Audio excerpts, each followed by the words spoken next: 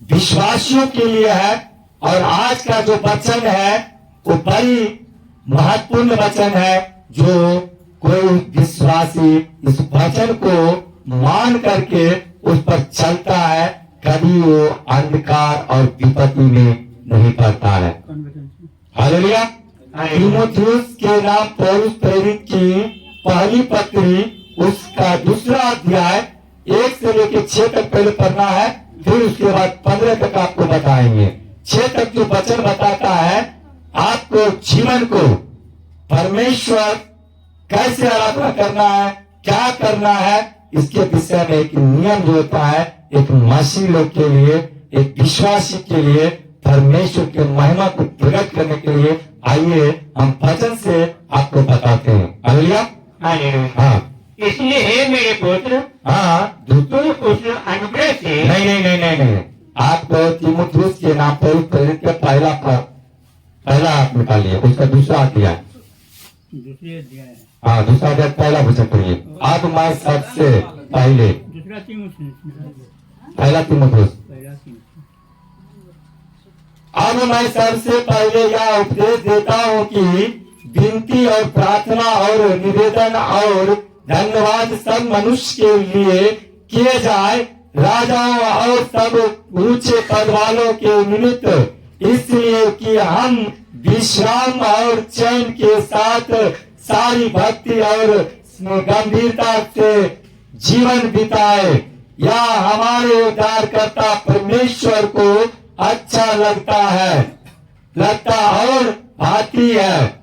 वह यह चाहता है कि सब मनुष्यों का उद्धार हो और वे सत्य को भली भांति पहचान ले, क्योंकि परमेश्वर एक ही है और परमेश्वर और मनुष्य के बीच में भी एक ही बीच वही है, अर्थात मसीह यीशु जो मनुष्य है, जिसके अपने आप को सबके छुटकारे के दाम में दे दिया ताकि उसकी गवाही ठीक समझ पर दी जाए। क्या कर दी जाए? ठीक समझ पर दी जाए। इसका मतलब समझ रहे हैं आप लोग? ठीक समय पर गवाही देने के मतलब सब कोई के लिए एक समय निर्धारित है। हर व्यक्ति के लिए एक समय निर्धारित है कि हमें कब क्या करना है, कब क्या नहीं करना है। हर कोई को परमेश्वर की महिमा के लिए एक समय निर्धारित है। क्या आप लोग सोचे थे कि मैं कलीसिया में जाऊंगा, मैं चर्च में जाऊंगा, मैं परमेश्वर भवन में जाऊंगा? नहीं सोचे थे ना। लेकिन आज आपको लाने वाला कोई और नहीं, हमारा परम पिता परमेश्वर है। कौन है? हमारा परम पिता परमेश्वर है, जिसने आदि और अंत, अल्फा और ओमेगा, वो जो आकाश और पृथ्वी को बनाया और हम और आपको मिट्टी को लेकर के अपने आप को स्वरूप में ढाल दिया। अपना स्वरूप में क्या किया? उसने ढाल दिया। अपना स्वरूप में ढाल करके हम लोग को क्या किया? एक मनुष्य के जीवन दिया, मनुष्य का तन दिया। लेकिन मनुष्य क्या करता है? मनुष्य संसार में आकर के झूठे वैभव में आकर के वो फंस जाता है, झूठे अपने स्वार्थ में आकर के फंस जाता है। कई लोग तो ऐसा करता है कि दुनिया में सिर्फ अपने भलाई को चाहता है, दूसरे को भलाई को नहीं चाहता है। और ऐसे लोग को पता है क्या होता है? परमेश्वर वहाँ एक बड़ी उसके लिए जगह तैयार किया है। वैसे लोगों के लिए एक बड़ी जगह तैयार किया है। क्यों? बड़ी जगह कहाँ है? नरक में, क्योंकि नरक बहुत ज्यादा लोग जाता है। और छोटी जगह कहाँ है? स्वर्ग में बहुत कम लोग जाता है, बहुत कम लोग जाता है। कहाँ? स्वर्ग। करोड़ों में एक जाता है, लाखों में नहीं, करोड़ों में एक जाता है। क्योंकि स्वर्ग जाने के लिए जाना पवित्र काम करना पड़ता है, किसी को प्रति बुराई नहीं करना पड़ता है, किसी को प्रति मारना नहीं पड़ता है, किसी को प्रति गाली नहीं देना पड़ता है, किसी को प्रति जादू टोना नहीं करना पड़ता है, किसी के प्रति प्रताड़ना नहीं करना पड़ता है, किसी को चोरी नहीं करना पड़ता है, किसी को बेईमानी नहीं करना पड़ता है, किसी को झूठी साक्षी नहीं देना पड़ता है, किसी को कोई प्रकार की दलित नहीं देना है। जो कोर्ट में जाके लिख देता है कि ये हमारे झूठे साक्षी दे को फंसाता है, ऐसे ऐसे बुरे काम करने वाले वो कभी क्या होता है, परमेश्वर के राज में नहीं जाता है। क्यों नहीं जाता है? क्योंकि परमेश्वर के राज में जाने के लिए परमेश्वर की महिमा में बने रहना जरूरी है। और जो परमेश्वर की महिमा में बने रहता है उसके लिए परमेश्वर कहता है, सो वचन बोलता है, कहता है मैं सच कहता हूँ, झूठ नहीं बोलना। मैं वो झूठ नहीं बोलता कि मैं इसी उद्देश्य से प्रचारक और प्रेरित और अन्य जातियों के लिए विश्वास और सत्य का उपदेशक ठहराया गया। सो मैं चाहता हूँ कि हर जगह पुरुष बिना क्रोध और विवाद के पवित्र हाथों को उठाकर प्रार्थना किया करे। वैसे ही स्त्रियां भी संकोच और श्रम के साथ सुहावने वस्त्रों से अपने आप को संवारे ना बिकी बाल गूंथने और सोने और मोतियों और बहुमूल्य कपड़ों से, पर भले कामों से, क्योंकि परमेश्वर की भक्ति ग्रहण करने वाली स्त्रियों को यही उचित भी है। और स्त्री को चुपचाप पूरी अधीनता से सीखना चाहिए। क्या करना चाहिए? पूरी अधीनता से सीखना चाहिए। आज हमारे माँ बहन, हमारे भाई क्या करता है? ड्यूटी पालन जाता है, ड्यूटी करवाता है ताकि मैं सुंदर लगूं, अच्छे दिखूं। लेकिन परमेश्वर क्या कहता है? तुम्हें अच्छा दिखना है, अच्छा बनना है तो चाल चलन में अच्छा बनो, पवित्र में अच्छा बनो, बुराई ना करो, पाप ना करो, व्यभिचार ना करो, चोरी ना करो, हत्या ना करो, किसी के ऊपर दोष न लगाओ।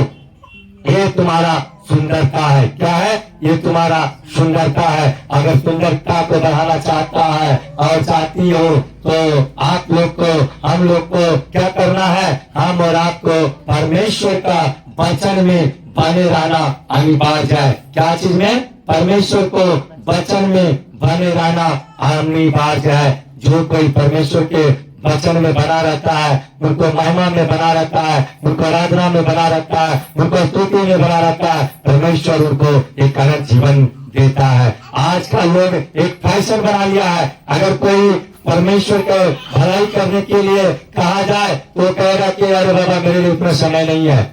और अगर कहीं ऑर्केस्ट्रा होगा, कहीं अलग अलग के प्रोग्राम होगा, नाच गान होगा, तो वहाँ पर देखिएगा बिन बुलाए चला जाएगा और एक को बोलेगा दस जाएगा। लेकिन प्रवचन में और परमेश्वर की आराधना में, स्तुति में, प्रार्थना में आप 100 लोग कहिएगा ना, मुश्किल से 5 आदमी जाएगा, कहेगा हाँ भाई बहना चलिए, नहीं तो कोई ना कोई बहाना करेगा। जैसे परमेश्वर ने वचन में एग्जाम्पल दिया, वचन में कहा एक व्यक्ति का भोज ब्याह था, विवाह का भोज था। उस भोज में सारे गांव को नगरवासियों को निमंत्रण दिया गया। तो कुछ लोग ने बोला कि आज देख मेरा आज ही शादी होकर आया, आज मेरा सुहाग रात है, तो आज मैं नहीं जा पाऊंगा। कई लोग ने बोला देख मेरा 2 जोड़ा मैंने पहन लाया, आज मुझे उनको परखना है, उनको परखने के लिए मुझे खेत जाना है, तो इसलिए मैं नहीं जा पाऊंगा। इसी प्रकार हर कोई अपने आप को क्या कर रहा था? बहाना कर रहा था। और बहाना कर करके क्या कर रहा था कि अपने आप को स्वामी को भोज में इनकार कर रहा था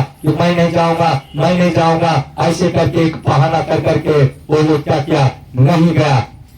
घर के मालिक क्या किया? वो क्रोध में आकर के, वो गुस्सा में आकर के घर के मालिक पूरे जितने भी लोग निमंत्रणहारी था उन सबको परमेश्वर एक अद्भुत और सामर्थ के साथ, एक बड़ी नायकर के साथ परमेश्वर एक काम किया। उनका दास, उनको एक उस घर के स्वामी क्या किया? वो उसने अपने दास से ऑर्डर दिया कि क्या हुआ कि एक भी तुम्हारे न्योताहारी नहीं आया।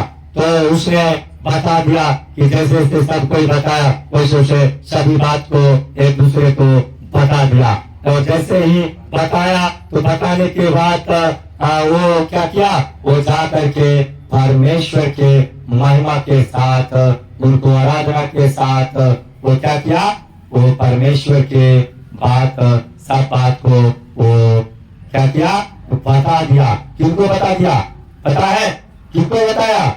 आपको बता देना चाहता हूँ, अपने घर के स्वामी को बताया, और स्वामी को जब बताया ना, तो स्वामी क्रोध में आकर के स्वामी ने कहा, हे मेरे दास, तू ऐसा कर कि जितने भी न्योताहारी है वो सब में से एक भी मेरे स्वादिष्ट व्यंजन में से, स्वादिष्ट भोज में से चखने ना पाए। इसलिए तू ऐसा कर, गली में जा, नगर में जा, बस्ती में जा, और जा करके हर निर्धन को, हर गरीब को, हर भिखमंगे को, हर प्रकार के बेवस को तुम बुला ला। तो क्या कर, बटोर ला, और बटोर के लिया, ताकि हमारे स्वादिष्ट भोजन उस नौते हुए में से एक भी चखने ना पाए। इसलिए वो स्वामी का आदेश पा करके वो व्यक्ति ने क्या किया, वो गया और जितने भी गरीब दुखिया, जितने भी बेबस लाचार जितने भी थे, उस सब के सब को वो बुला लाया, वो लेकर आया। और फिर भी भोज का द्वार जो है खाली था।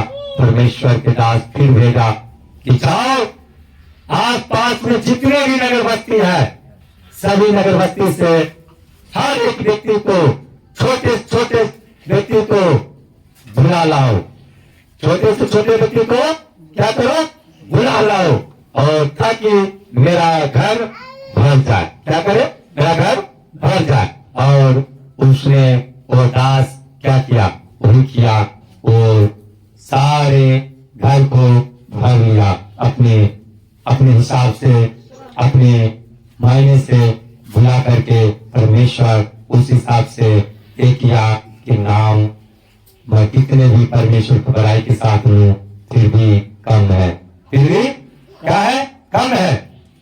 इसलिए परमेश्वर का ये वचन का मतलब आप लोग समझते हैं। इस वचन का मतलब क्या है, परमेश्वर के कहना है, इस वचन के अनुसार प्रभु ने दृष्टांतों में कहा, परमेश्वर के कहना है, धनवानों को स्वर्ग में जाना बड़ी दुर्लभ है, बड़ी कठिन है, बड़ी कठिन है। स्वर्ग में जो जाने वाला व्यक्ति होता है, वो बेबस, लाचार और गरीब और तुच्छ व्यक्ति ही स्वर्ग में जा पाता है। कौन व्यक्ति जा पाता है, बेबस, लाचार और जो गरीब होता है, जो बीमार होता है, जो परेशानी में होता है, जो परमेश्वर चैन में आता है, वही लोग क्या होता है, परमेश्वर को चैन में जाता है और उनको महिमा को पाता है। पता है ना, पता है ना। परमेश्वर आप लोगों को हृदय में काम करे, आप लोगों के जीवन में काम करे, आप लोग को आत्मा में काम करे, और परिपूर्ण होकर के आत्मा में आप लोग बढ़ते चले जाइए। आप लोग परिपूर्ण होकर के आत्मा में बढ़ते चले जाइए, और परिपूर्ण होकर के बढ़ते जाने के लिए परमेश्वर के अभिषेक को पाना और उनमें बने रहना बड़ी महत्वपूर्ण होता है। आदरणीय हमारे माता, आदरणीय हमारे पिता, आदरणीय हमारे भाई, आदरणीय हमारे बहन, मैं आप लोग से कहना चाहूंगा, वचन का मान रखिए, वचन को आदर कीजिए, वचन को सम्मान कीजिए। और वचन कहता है, और मैं कहता हूँ कि स्त्री ना उपदेश करे और ना पुरुष पर आज्ञा चलाए, परंतु चुपचाप रहे, क्योंकि आदम पहले, उसके बाद हवा बनाई गई, और आदम बहकाया ना गया, पर स्त्री बहकाने में आकर अपराधी हुई। तो भी बच्चे जन्मने के द्वारा उद्धार पाएगी, यदि वह स्वयं सहित विश्वास, प्रेम और पवित्रता में स्थिर रहे, तो परमेश्वर का क्या करेगा, अभिषेक को, उनको आशीष को देखेगा। आजकल क्या होता है, पत्नी अपने पति पर हक जमाता है, पत्नी अपने पति पर लाभ जमाता है, जो कभी नहीं करना चाहिए। अगर सच में परमेश्वर का अगर प्रसन्न करना चाहते हैं, परमेश्वर को खुश करना चाहते हैं, तो परमेश्वर कहता है, हर वो व्यक्ति जो सुहागवती है, वो अपने पति को अधीन रहे, और पति को आज्ञाकारी बने, और पति को आज्ञा को लेकर चलिए दादा, तो आपको जीवन में कोई भी प्रकार के दुख, तकलीफ, क्लेश आ ही नहीं सकता है, वो आ ही नहीं सकता है। क्यों? क्योंकि पहला स्वामी तो आपको वो पति ही है जो ईश्वर है, जो ईश्वर है। ईश्वर तो ईश्वर है और वो तो प्रभु है, यीशु तो यीशु है। लेकिन प्रभु ने कहा है तुम किससे आए हो? तुम अपने पति से आए हो। अगर पति में होता तो मैं में होते, अगर पति मेरा नहीं होगा मैं पत्नी आ सकते हैं? आ सकते हैं? नहीं आ सकते हैं ना। तो इसलिए पति पहले होना जरूरी है, फिर पत्नी बनना जरूरी होगा। इसलिए कहता है परमेश्वर का वचन में कि तुम अपने बड़ों को आदर कर, तुम अपने माता पिता का क्या कर? आदर कर। तू अपने माता पिता को आदर कर। और देखिए, अगर यही चीज को आप इसी वचन को आगे अगर देखना चाहते हैं तो आपको मैं बताना चाहता हूँ, आपको तीमुथियुस के इसको तीसरा अध्याय इसका 8 वचन से बताता है कि कैसे हमको नियम को पालन करना है, कैसे हमें परमेश्वर के राज में, परमेश्वर के महिमा में बने रहना है। सुधीर भाई, सुशील भाई, कैसे हमें बने रहना है। इसलिए परमेश्वर के राज में उठिए बचिए, आप परमेश्वर का राज में बने रहना जरूरी है। इसलिए देखिए वचन बताता है वैसे ही सेवकों को भी गंभीर होना चाहिए, दो रंगी पियक्कर और नीच कमाई के लोग ही ना हो। क्या कहता है? वैसे ही सेवकों को भी गंभीर होना चाहिए, दो रंगी पियक्कर और नीच कमाई के लोग ही ना हो, पर विश्वास के वेद को शुद्ध विवेक से सुरक्षित रखे और ये भी पहले परखे आ जाए, तब यदि निर्दोष निकले तो सेवक का काम करे।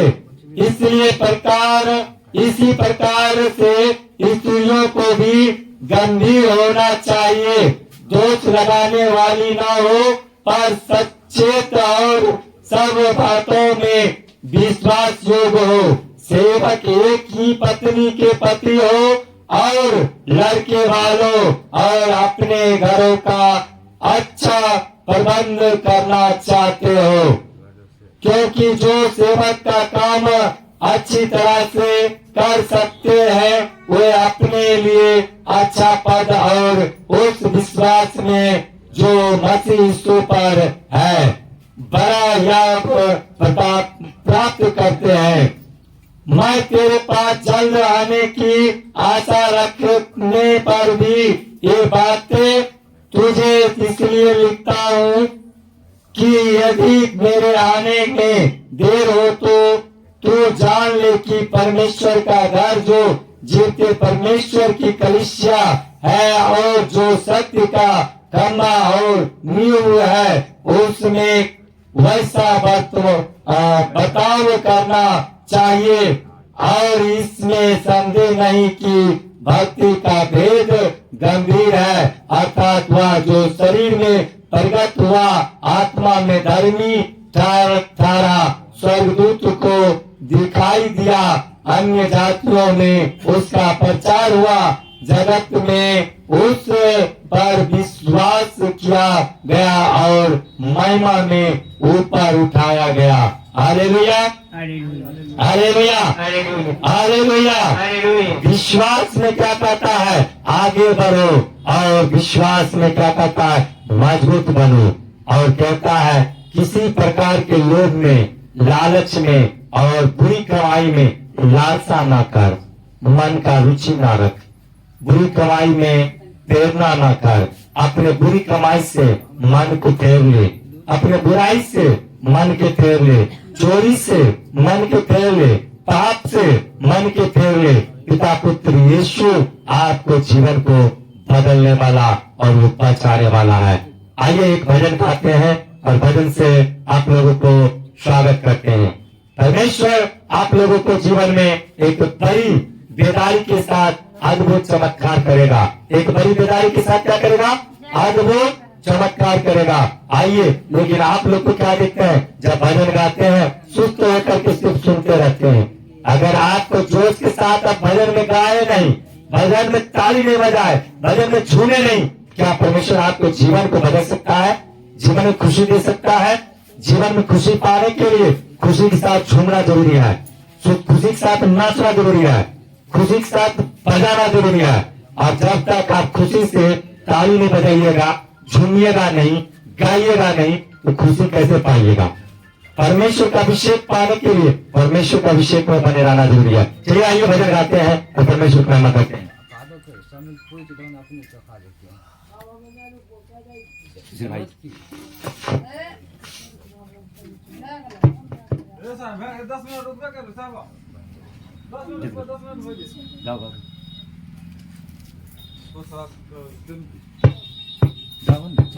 हेलो यीशु तेरा मुँह से बन के स्वामी, यीशु तेरा मुँह से बन के स्वामी, बाबा माना कहना मायो, यीशु बाबा माना कहना मायो, नहीं तेरा से बच्चा नहीं बेदर सोनी गयो, आई नानी से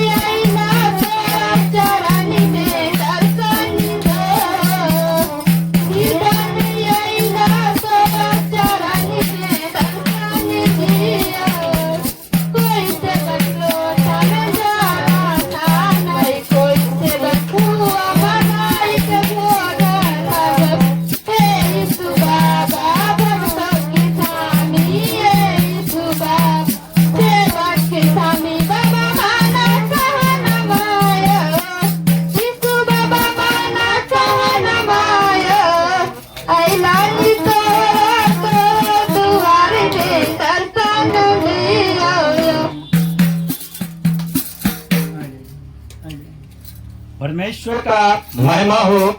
परमेश्वर आप लोगों को जीवन में एक बड़ी बेदारी के साथ काम करे। परमेश्वर क्या करे?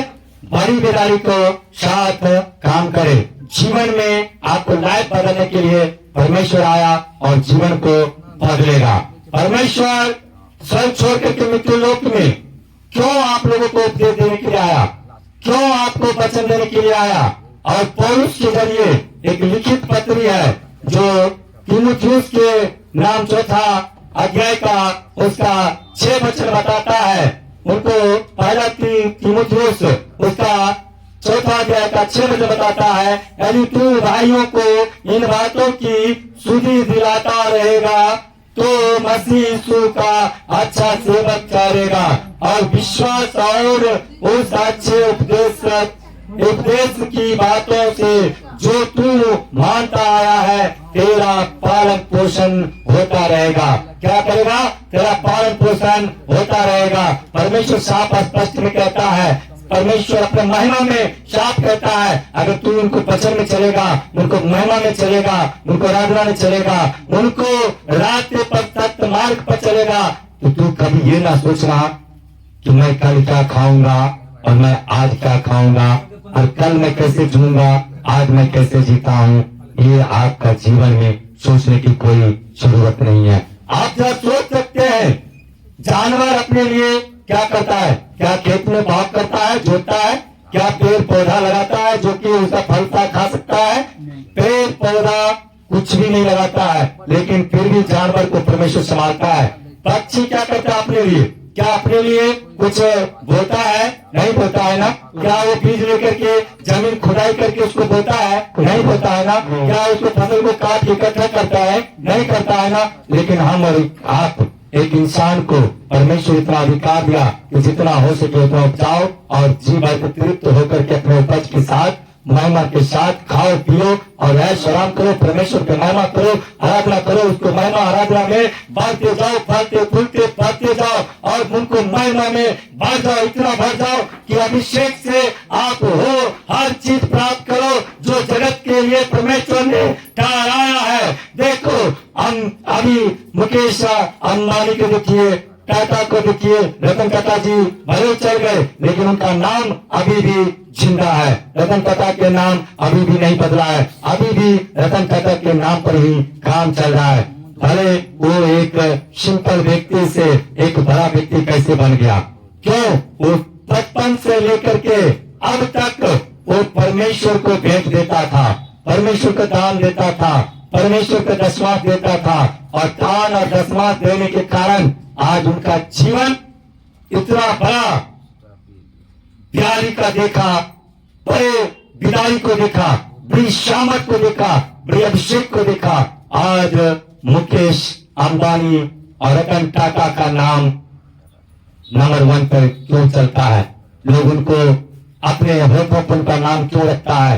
क्योंकि वो एक छोटे से बड़े बनने के लिए हर अपने कमाई का हर एक बीज को परमेश्वर के नाम वो समर्पित करता था। परमेश्वर के नाम क्या करता था? वो समर्पित करता था और समर्पित करके परमेश्वर की महिमा के साथ वो आगे बढ़ता था और कहता था, परमेश्वर ये मत सोचना कि मेरा जो कमाई बढ़ेगा तो भी मेरा इतना ही बीज मिलेगा, पर वो मैं आपको हर वो कमाई का प्रत्येक बीज आपको दूंगा, मैं हर वो कमाई का प्रत्येक बीज आपको दूंगा जो कमाई तू मुझे देगा, जो कमाई मुझे तू देगा। परमेश्वर के दास 100 रुपया का बीज बोना शुरू किया। वो परमेश्वर के दास क्या किया? 100 रुपया का बीज बोना शुरू किया। क्यों? 100 रुपया की क्यों पास्टर जी? जब वो बिजनेस शुरू किया उस समय में उनको जब शुरू परमेश्वर को जाना, मुकेश अंबानी और टाटा रतन, उस समय कोई टाटा रतन बड़ा बिरला टाटा नहीं था, बड़ा आदमी नहीं था, एक छोटे में से बड़े पोस्ट पर गया और उस समय उनको 1000 रुपया कमाई हुआ। एक महीना का कमाई छाट के वो क्या किया? परमेश्वर के भवन में 100 रुपया दिया और उस समय के 100 रुपया अभी का 10,000 के बराबर है। उस समय के 100 रुपया अभी का 10,000 का बराबर है और 100 रुपया से वो 1000 रुपया, 1000 से 10,000, 10,000 से एकदम बढ़ते चला गया। अभी आपको मालूम है करोड़ों रुपया ट्रस्ट में अभी रतन टाटा, मुकेश अंबानी जी देते हैं। भले वो मर के चल गए लेकिन उनका नाम अभी भी चल रहा है। क्यों? वो परमेश्वर की संगति में बने रहने वाला उनको महिमा में चलने वाला और उनको महिमा को जानने वाला और मानने वाला है। क्या है? और जो कोई परमेश्वर की बिदाई में चलता है, उनको महिमा में चलता है, उनको आराधना में चलता है, उनको परमेश्वर कोई कमी घटी नहीं देता है। आप लोग को पता होगा अभी जो इतना मट्टी पड़ा है, ये मट्टी कोई साधारण काम नहीं है।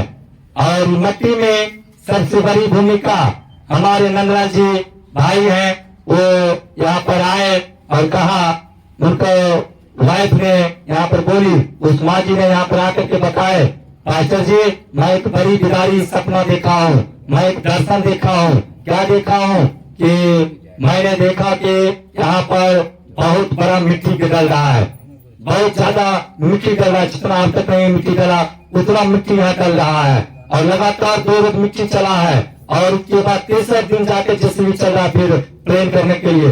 ठीक उसका सपना आज पूरा हुआ। 2 रोज परसों और कल लगातार जेसीबी चला और आज सुबह में जेसीबी आकर के मट्टी स्लोपर करके आज गया है।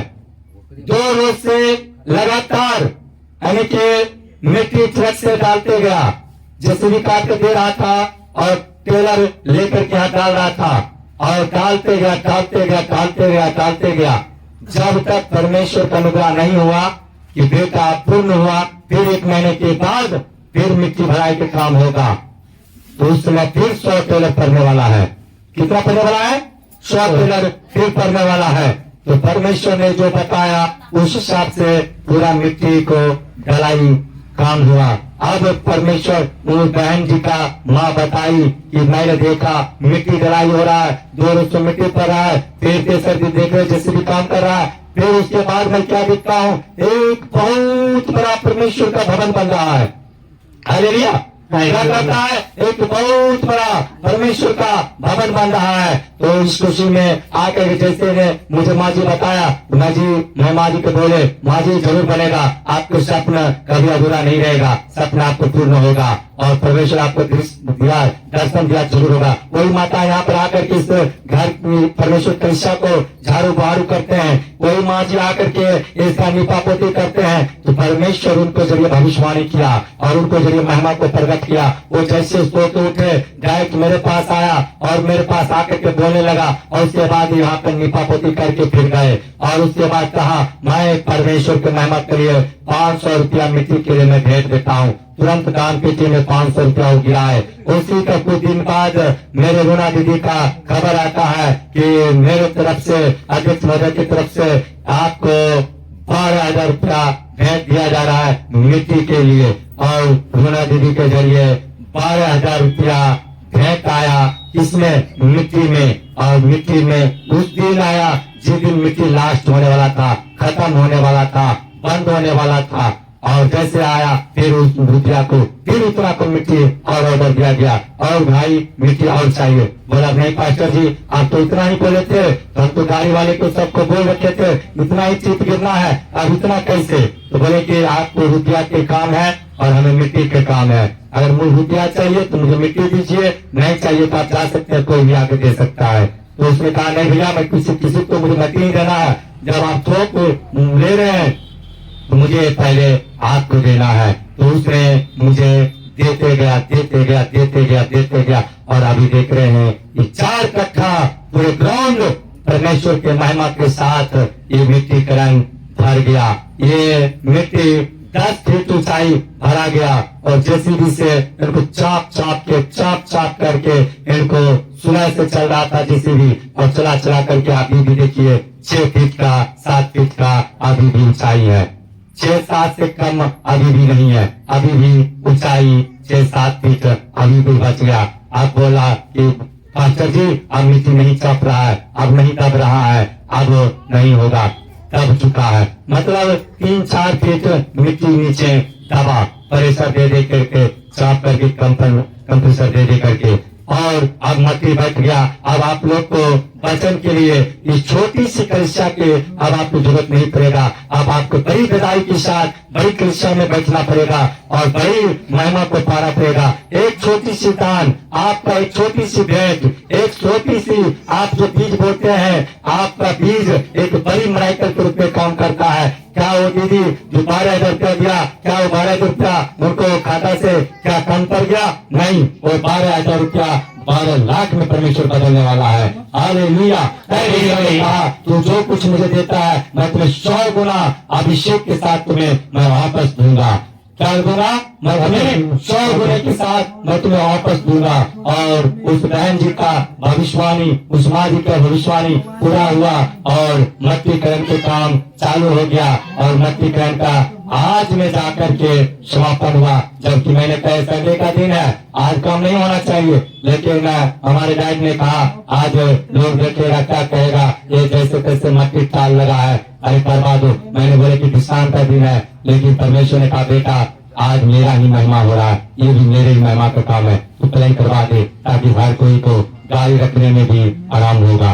तो मैंने तुरंत क्या किया, जेसी वाले फोन किए, कोई बात नहीं भैया आज विश्राम के दिन भी है तो परमेश्वर की काम है, परमेश्वर की महिमा है, परमेश्वर काम होने दीजिए, परमेश्वर काम होने दीजिए। और बुलाए और बुला करके जेसीबी से पूरा सुबह से लेकर के अभी 8 बजे तक ये प्रोग्राम 8:30 बजे तक प्रोग्राम चला था, मिट्टी का काम वो जेसीबी का। उसके बाद आज हमें थोड़ा इसीलिए तैयारी होने में भी विलम्ब हुआ और विलम्ब होने के बाद आज प्रोग्राम में भी मुझे विलम्ब हुआ। और परमेश्वर का एक बड़ी बेदारी आज आपको वचन के साथ बताता है और परमेश्वर कहता है अगर तू मेरी महिमा को, मेरे सामर्थ को देखना चाहता है तो मेरे महिमा के लिए तू अपना पवित्र के लिए, मेरे लिए, मेरे भवन के लिए, मेरे राज के लिए, पढ़ने के लिए तू दान कर, तू पुण्य कर, तू भेंट कर, ताकि तेरा खजाना कमी ना हो, तेरे खजाना में घटी ना हो,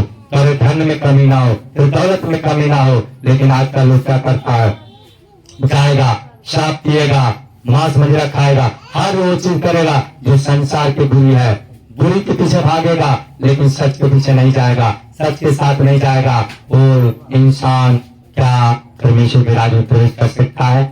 लेना तो चाहेगा लेकिन परमेश्वर को देना नहीं चाहेगा। जबकि कहता है परमेश्वर तू अपने हर कमाई का 10 बीज बो। जब से वो परमेश्वर के शरण में आता है तो वो कमाई का ग्रोथ बढ़ जाता है, तरक्की बढ़ जाता है। लेकिन परमेश्वर कुछ दिन तक देखता है कि देखते हैं मेरा बेटा कब तक जाता है, जब तक नहीं जाता है तो परमेश्वर फिर कुछ दिन के लिए छोड़ देता है।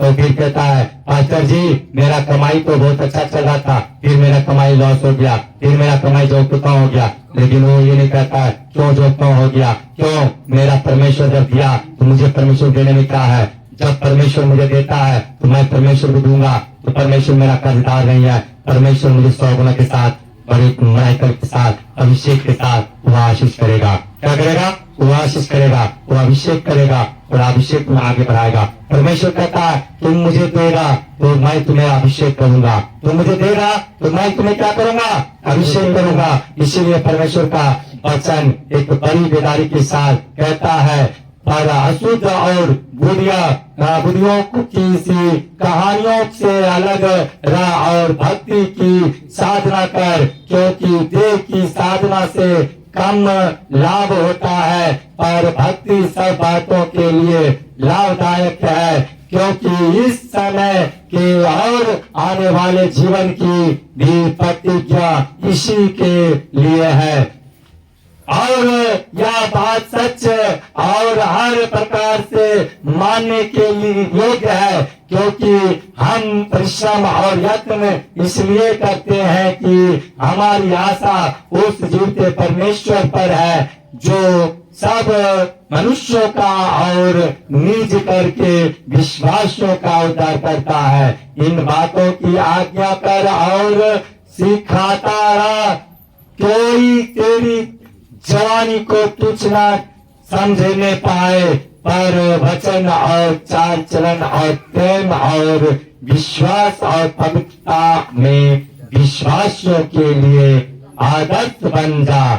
जब तक मैं न आऊं तब तक अपने और उपदेश देने और सिखाने में लौलीना उस वरदान से जो तुझमें है और भविष्यवाणी के द्वारा प्राचीनों के हाथ रखते समय तुझे मिला था। निश्चय मत रह उन बातों को सोचता रहा और उन्हीं में अपना ध्यान लगाए रहा, ताकि तेरी उन्नति सब पर प्रकट हो। अपनी और अपने देश की चौकसी रख, इन बातों पर स्थिर रह, क्योंकि यदि ऐसा करता रहेगा तो तू अपने और अपने सुनने वालों के लिए भी उद्धार का कारण होगा।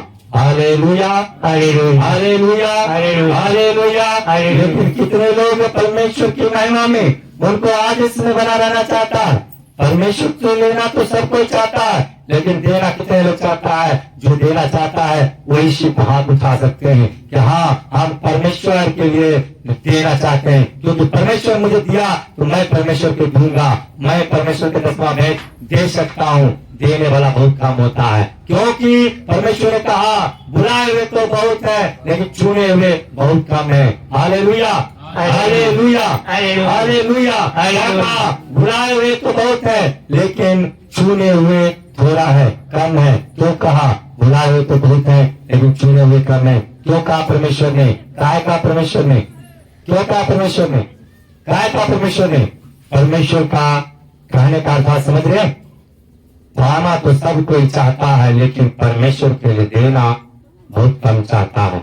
इसलिए परमेश्वर ने जब अपने मंदिर में उपदेश दे रहा था, तो भेंट के समय में जब भेंट उठाया जा रहा था, एक वृद्धा माँ जैसे विधवा और कंगाल थी वो, तो क्या थी? इस माँ जी को बहुत कुछ परमेश्वर दिया है, लेकिन वो विधवा जो थी वो विधवा और बेबस, लाचार और कंगाल थी, और दिन भर वो मांगती थी, तो वो रात का अपना जीविका अपना घर परिवार के सहित वो जी पाती थी और सुख और चैन से थोड़ा खा पाती थी। और इस प्रकार के मांग के खाने वाले व्यक्ति वो जब वो मांग के लाया तो 2 डमरियां वो भर दिन मांगा, तो 2 डमरियां उसके पास आया। वो क्या किया? जब सब अमीर अपने पार्टी में से थोड़ा थोड़ा दान कर रहा था, अपने पार्टी में से, लेकिन एक विधवा लाचार बेबस जब वो दान की, तो उसके पास 2 डमरियां जो था अपने पूरे जीवन का, पूरे फैमिली का, पूरे परिवार का जो लालन पोषण करने के लिए जो पूरे दिन वो लोग खाते पीते, वो पूरे के पूरे 2 डमरियां रुपया क्या किया? वो परमेश्वर के दान के झोले में डाल दिया। क्या किया? परमेश्वर ने नजर उठा के देखा और कहा, मैं तुमसे सच कहता हूँ, तुम सबों में से अधिक पद के अगर कोई धन दान दिया है तो ये दूरी बेबस लाचार और विधवा कंगाल ने दिया। तो सब उस समय जानते हैं कुरकुराने लगा। बेबस और लाचार आंखों से गुस्सा से क्रोध होकर देखने लगा। वो 2 डमरिया दिया तो कहता है सबसे अधिक दिया, मैं यहाँ पे 10, 20, 50 हजार दिया तो मुझे वो दिखाई उसको नहीं दिया। लेकिन परमेश्वर ने क्या कहा? तुम सब ने अपने पति में से थोड़ा थोड़ा दिया, लेकिन इस विधवा ने, ये मशरूमात ने अपने सारा दिन का जीविका उस दान की झोली में डाल दिया। पूरे दिन का जो पूरे फैमिली खाती पीती और जीती अपनी महिमा के साथ परमेश्वर का आराधना करती, वो सारे के सारे क्या किया? परमेश्वर के झोले में डाल दिया। अब समझिए कि वो विधवा बड़ा है या वो अमीर बड़ा है? बड़ा है, विधवा बड़ा है ना? क्यों? क्योंकि पूरा जीविका, पूरा दिन भर जो खाती, पूरे परिवार, वो पूरा धन उसमें डाल दिया। पूरा धन वो उसमें डाल दिया और सब कोई अपने पार्टी में से डाला। कोई 1000 में से 10 डाला, कोई 100 डाला, कोई 1000 में से 10 डाला, कोई 100 डाला। लेकिन वो विधवा ने अपनी जीविका में से पूरा का पूरा जीविका डाल दिया।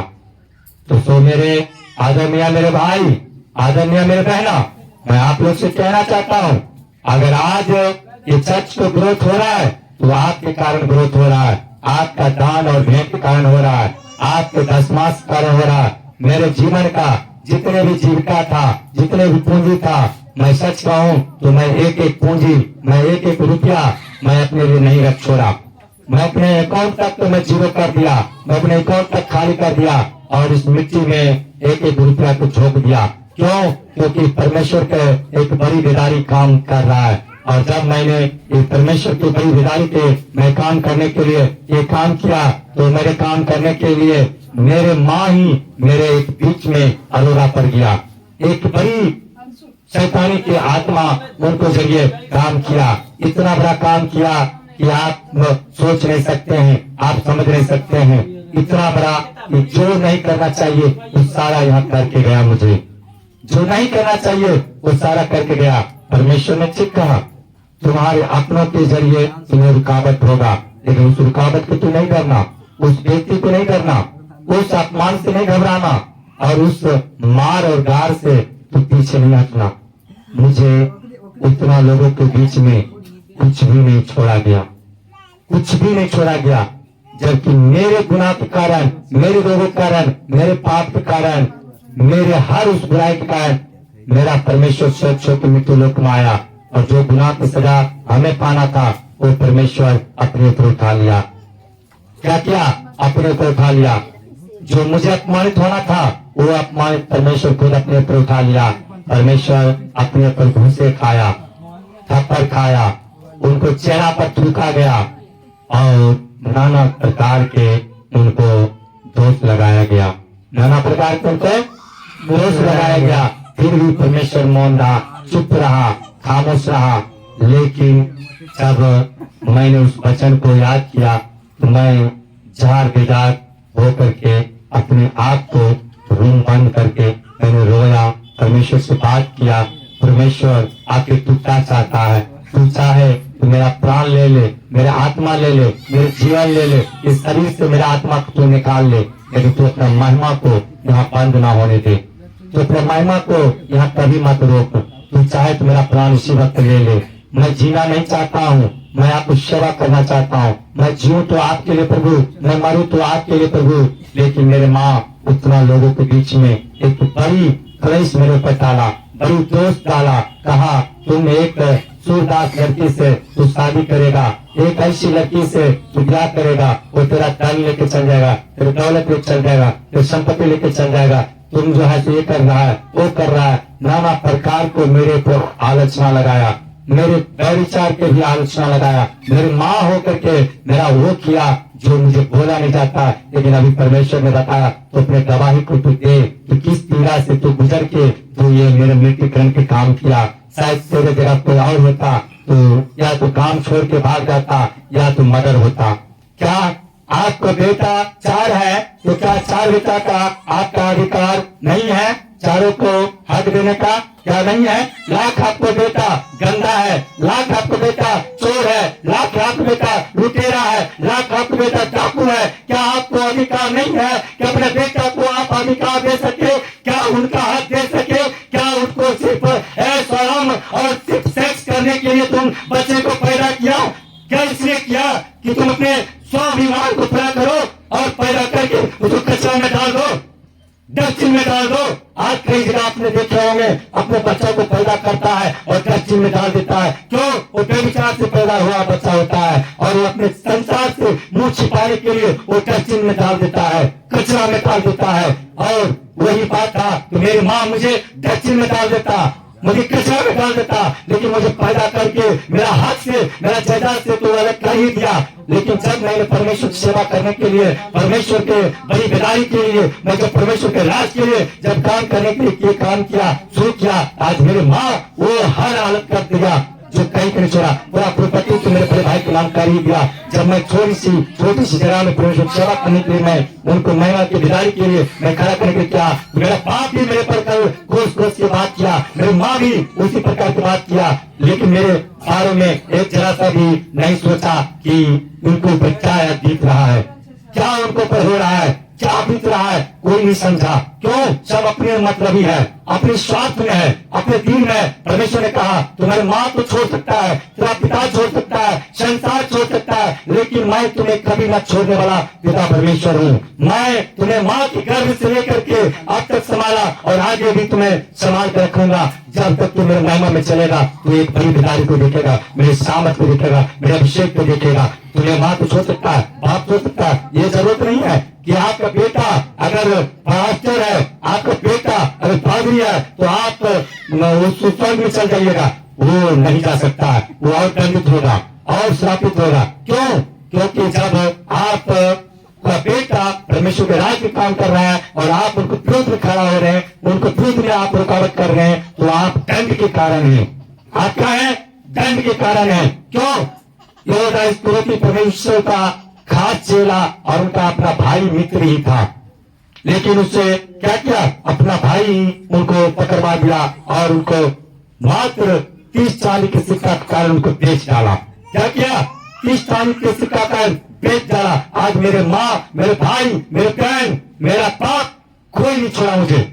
हर प्रॉपर्टी से बेदखल करके आज मेरे परमेश्वर के राज से भी बेदखल करने के लिए इतना कहा तू तोड़ मंदिर भगा यहाँ से।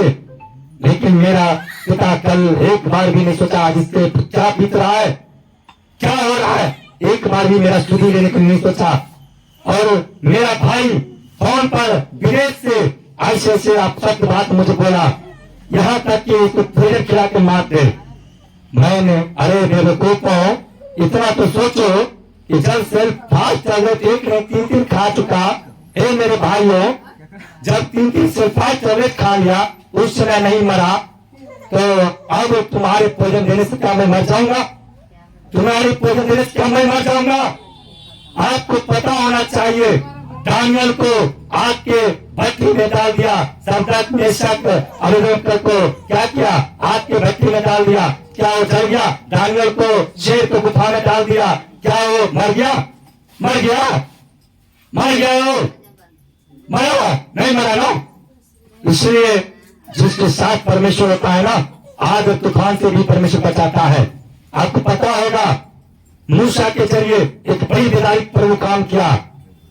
एक समुद्र को चीर करके, लाल समुद्र को चीर करके परमेश्वर गुलामी से बचाया। आपने कहा मेरे घर छोड़ो, मैं आपको सुख सुविधा के लिए, सुकून के लिए, चैन के लिए मैं आपको घर को मैं त्याग दिया, मैं आपको घर को मैं छोड़ दिया और मैं जंगल में आकर के एक खाली चौकी पर मैं रहना शुरू किया।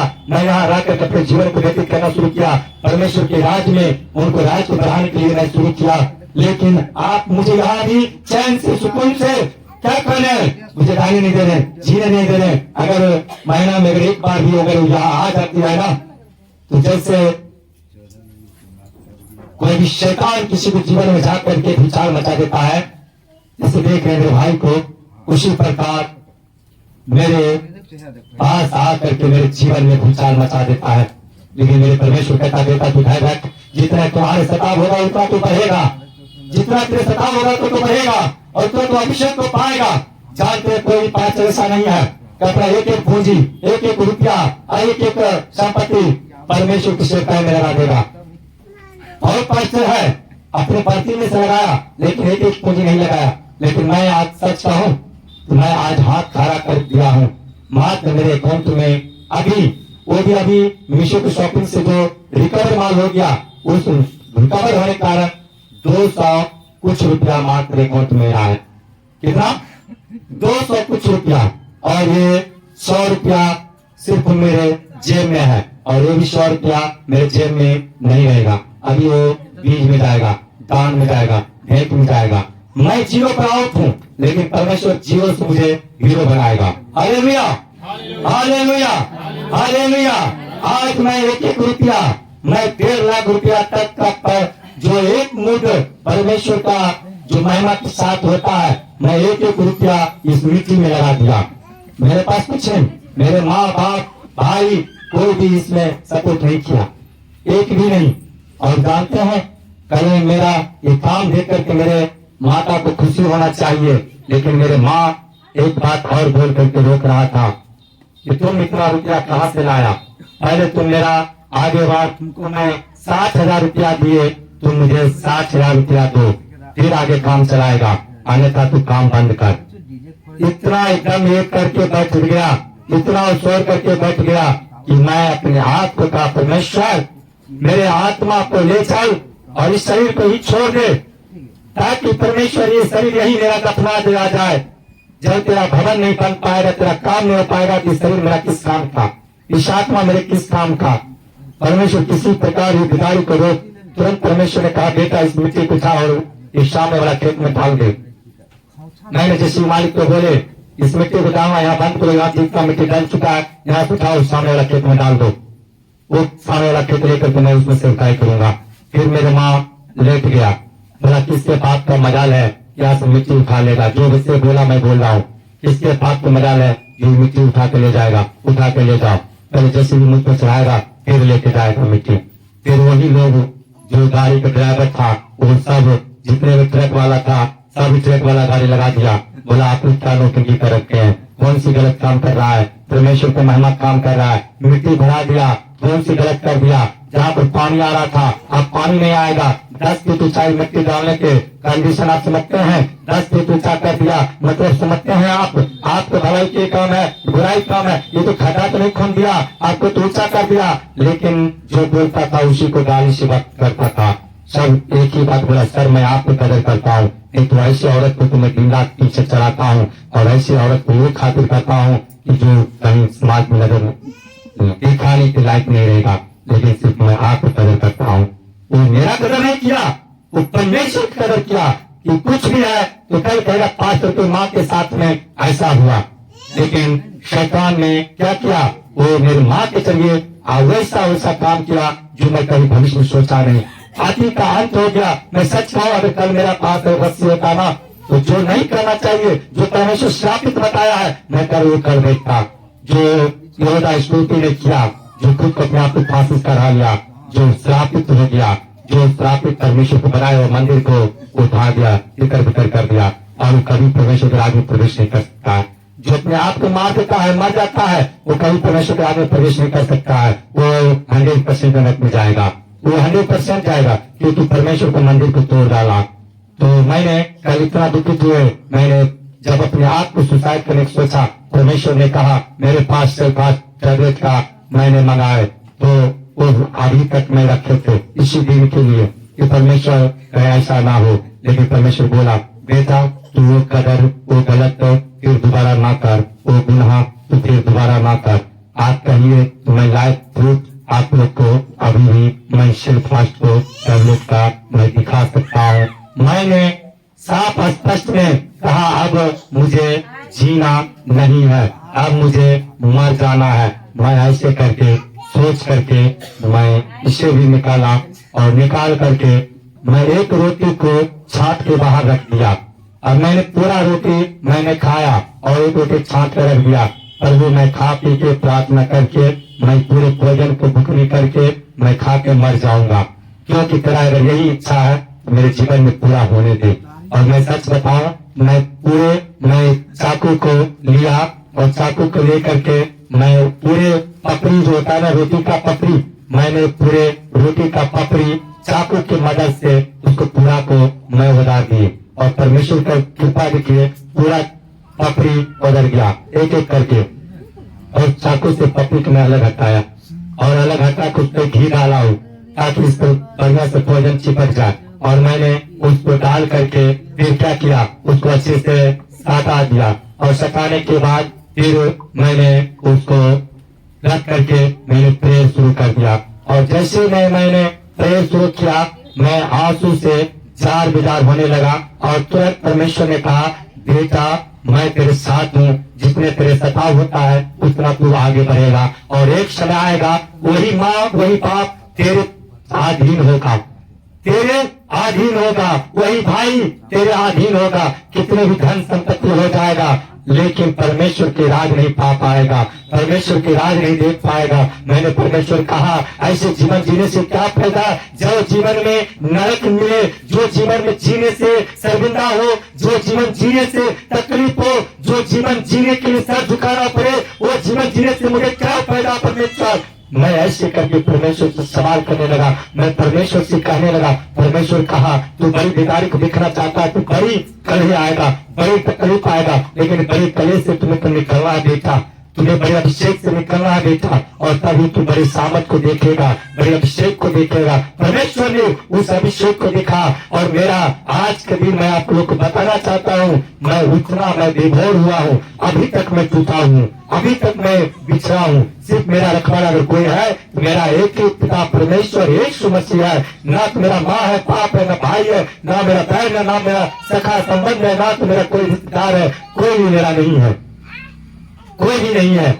अगर आप कोई भी नहीं है ना, एक दिन मेरे फैमिली को किसी को कह दीजिए आज बेटा को आपको यहाँ साथ रहना है, आपको साथ बेटा के साथ सोना है, आपको यहाँ पर उनको जहाँ पर वो सोता है वहीं पर आपका भी बेड लगाना है, आप भी बेड लगा के एक ही जगह रहिए, क्योंकि बेटा आपको बहुत दिन जंगल में अकेला जीवन व्यतीत कर लिया है। आज लेकिन अकेला नहीं, आज आप उसको साथ रहना है। जानते हैं वो एक ही शब्द कहेगा कि मुझे इससे क्या मतलब है, ये मरे या बचे, मुझे इससे कोई मैंने मतलब नहीं है। काय को बेटा, काय को कुछ, माया मोह है दुनिया। ये दुनिया क्या है? माया की जाल है। जब तक आप जियोगे तो अपने बेटा और बेटी के लिए जियोगे, माया में परो रहेंगे। क्या रहोगे? परे, अपने माया में परे रहोगे। लेकिन उस माया से बाहर निकलो, उस मोह से बाहर निकलो, तब तो परमेश्वर को पाओगे। अगर परमेश्वर को पाना चाहते हो, एक बड़ी बेदारी को पाने के लिए, बड़ी शामत को पाने के लिए, बड़ी अभिषेक को पाने के लिए उनको राज को देखना बड़ी जरूरत है। कैसे देखना जरूरी है? उनको राज को देखना बड़ी जरूरत है। अगर स्वर्ग में जाना चाहते हो ना, तो जीवन में बहुत तकलीफ होगा, बहुत कष्ट होगा। यहाँ का जो सुख कर लिया ना, वहाँ का सुख नहीं कर पाएगा।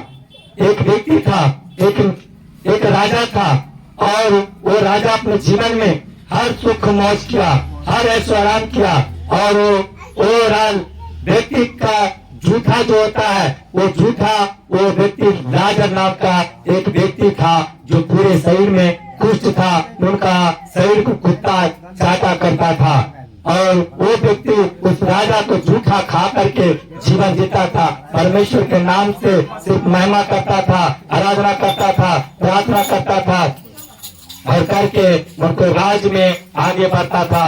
लेकिन परमेश्वर क्या किया? परमेश्वर उनको जीवन का एक बड़ी मिराकल के साथ, बड़ी अभिषेक के साथ क्या किया? परमेश्वर उनको एक राज को दिखाया, एक अभिषेक को दिखाया। और क्या दिखाया? जब एक दिन राजा भी मरा, जो अपने जीवन को सब सुख कर लिया, वो राजा मरा, कहा गया? वो नरक में गया।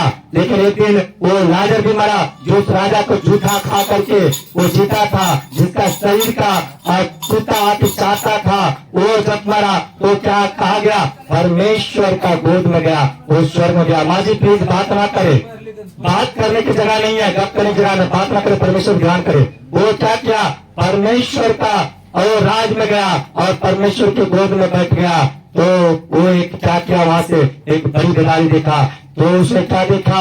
स्वर्ग की ओर ऊपर नजर करके कि नाजर जो मेरा जूठा खा करके जीवन व्यतीत करता था वो स्वर्ग में है, और जो मैं अपने जीवन को हर सुख विलास किया वो आज मैं नरक में हूँ।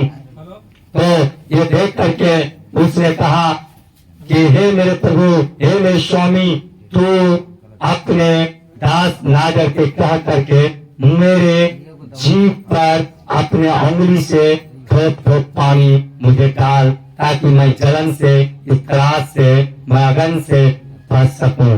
वहाँ आग भी है, कांटा भी है, कीड़ा भी है और काई भी है। वहाँ हर एक चीज है। वहाँ क्या है? हर एक चीज है, और हर एक चीज को पाने के लिए लोग यहाँ पर सुख विलास करता है, अपने जीवन को हर सुविधा को पाता है। लेकिन जो व्यक्ति परमेश्वर के राज में जाना चाहता है, वो व्यक्ति यहाँ पर तकलीफ उठाएगा।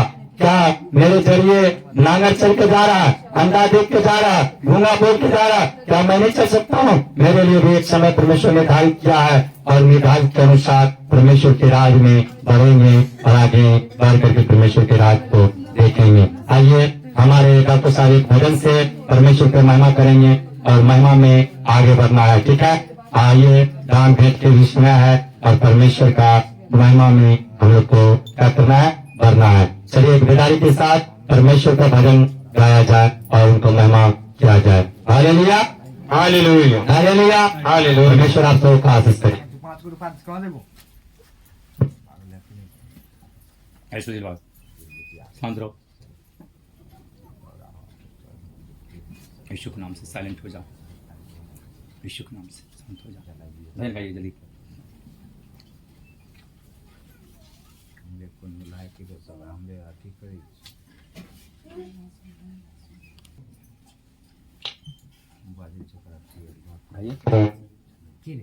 चले यार दोस्त मुक्ति देना यीशु नाम, शांति देना यीशु नाम, मुक्ति देना यीशु नाम,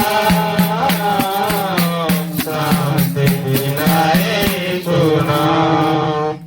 चरनी में तूने प्रभु जन्म लिया है, चरनी में तूने प्रभु जन्म लिया है, क्रूस पे हुआ बलिदान, क्रूस पे हुआ बलिदान। महिमा भरने के लिए मुक्ति दिलाए यीशु नाम, शांति दिलाए यीशु नाम। ताली बजाएंगे, ताली बजाएंगे। यीशु नाम,